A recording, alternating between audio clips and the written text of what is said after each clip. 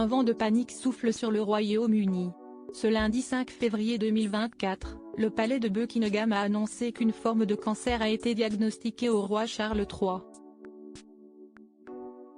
Si l'inquiétude règne, on observe tout de même une conséquence positive pour la famille royale britannique.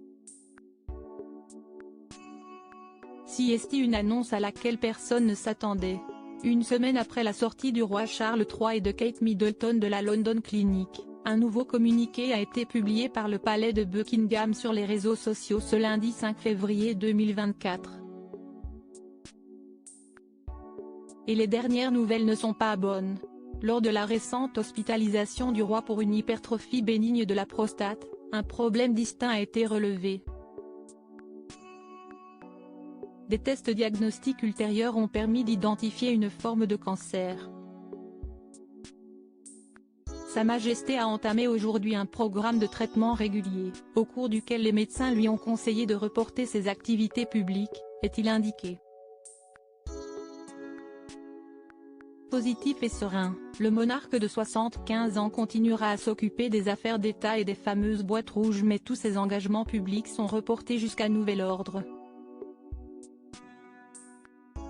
Alors que les informations sur la santé de la reine Elisabeth II étaient toujours dévoilées sur le tard, et parfois tout simplement tues, le père de William et Harry a lui décidé de ne faire presque aucun secret de sa condition.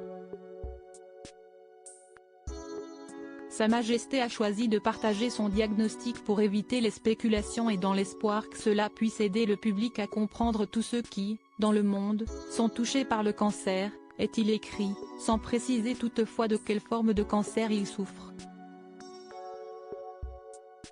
Sans ce détail particulier, le roi Charles III n'a malheureusement pas réussi à stopper les rumeurs, le palais ayant été obligé d'indiquer qu'il ne s'agissait pas d'un cancer de la prostate.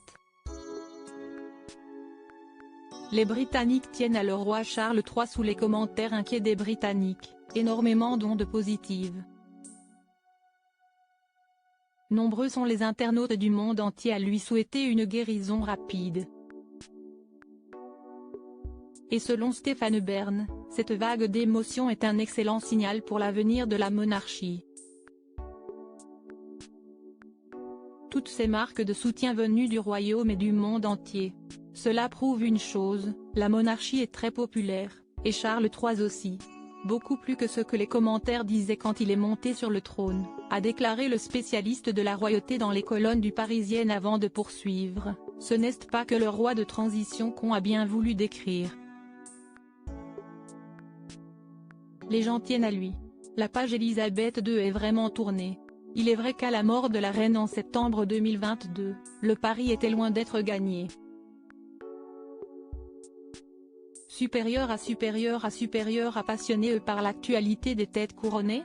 Inscrivez-vous à notre newsletter hebdo spécial royauté.